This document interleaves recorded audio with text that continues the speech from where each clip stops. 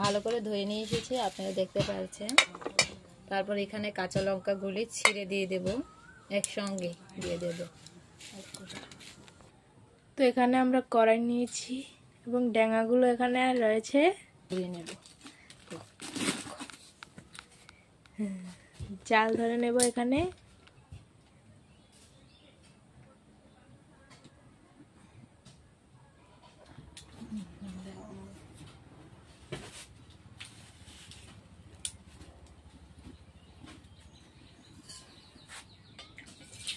এখন চুলের মধ্যে আমরা কড়াইটা বসিয়ে দেব,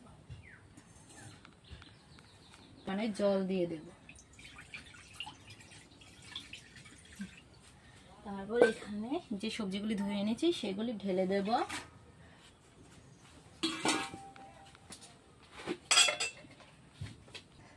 অল্প পরিমাণে এখানে নুন দিয়ে দেবো, যার কারণে সবজিটি ভালো করে সিদ্ধ হয়ে যায়।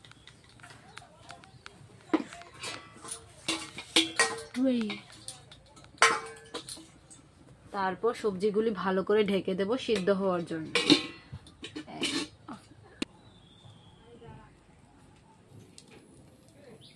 तो यहाँ पर हमने 3 मिर्ची ले लिया है। अगर आपको ज़्यादा मिर्ची पसंद है तो आप ज़्यादा मिर्ची दे सकते हो, और अगर आपको मिर्ची पसंद नहीं है तो आप मिर्ची को अवॉइड कर भी सकते हो।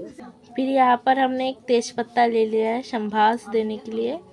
এখানে আমরা তেজপাতা নিয়ে নিয়েছি সম্বাস দেওয়ার জন্য, আর একটি আদা নিয়ে, একটা রসুন নিয়ে নিয়েছি, আর একটা তেঁতুল।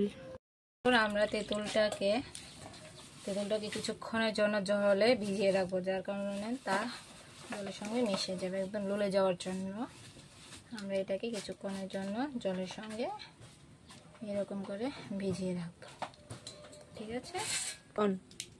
দেখতে পাচ্ছেন এখান থেকে কয়েকটা রসুনের কোয়া নিয়ে নেব।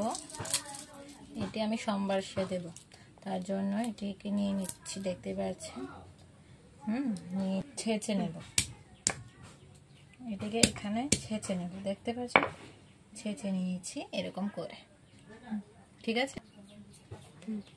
এখানে আমরা সরষা নিয়ে নেব, দেখতে পাচ্ছেন। আমি এতটুকু পরিমাণে সরষা নিয়েছি, আপনারা চাইলে একটু বেশি একটু কমও দিতে পারেন, আপনাদের খুশি। এখানে সরষাটাকে ভালো করে বেটে নেব।